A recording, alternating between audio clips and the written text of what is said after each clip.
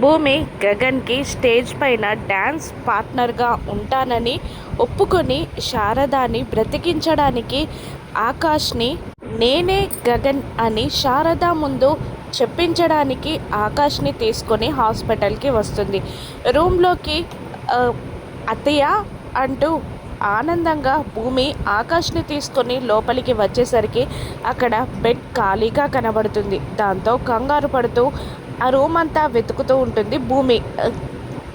గగన్ అదే ఆకాష్ బెడ్ పైన పడుకొని హ్యాపీగా ఎంజాయ్ చేస్తూ ఉంటాడు. భూమి తాపత్రయాన్ని ఏమాత్రం పట్టించుకోడు. శారద ఎక్కడికి వెళ్ళిందో తెలుసుకోవడానికి కంగారుగా రిసెప్షన్లోకి వెళ్తుంది భూమి. మా అత్తయ్య శారద అని అంటుండగా ఇంతకు ముందే ఆవిడ ఇక్కడ నుండి వెళ్ళిపోయారు మేడం, మీకు ఒక లెటర్ కూడా ఇచ్చారు, వెళ్ళే ముందు ఇదిగోండి అంటూ ఆ లెటర్ని భూమికి అందిస్తుంది రిసెప్షనిస్ట్. ఆ లెటర్ తీసి చూసి చదివి షాక్ అవుతుంది భూమి. గగన్ లేని ఈ జీవితం నాకు అవసరం లేదమ్మా అని అంటూ నేను వెళ్ళిపోతున్నాను అని ఇండైరెక్ట్గా నేను చావబోతున్నానని లెటర్లో రాసి వెళ్ళిపోతుంది శారద.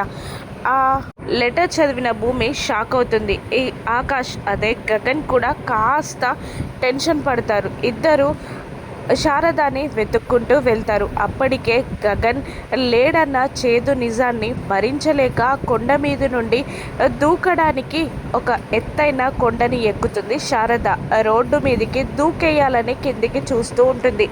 దూకేసే చివరి క్షణంలో భూమి గగన్ అక్కడికి చేరుతారు. అత్తయ్య అని భూమి అరుస్తున్నా వినకుండా శారద దూకేయబోతూ ఉండగా చివరి క్షణంలో అమ్మా అని ఆకాష్ అదే గగన్ గట్టిగా అరుస్తాడు.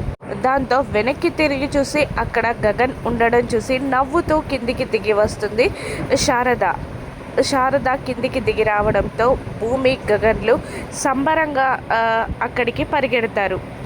శారద దగ్గరికి వెళ్ళి ఆకాష్ గట్టిగా శారదాని వాటేసుకుంటాడు. శారదాని తన గుండెలకి హత్తుకుంటాడు ఆకాష్. ఇప్పుడేం జరుగుతుందో నెక్స్ట్ ఎపిసోడ్లో చూద్దాం. Thank you for watching.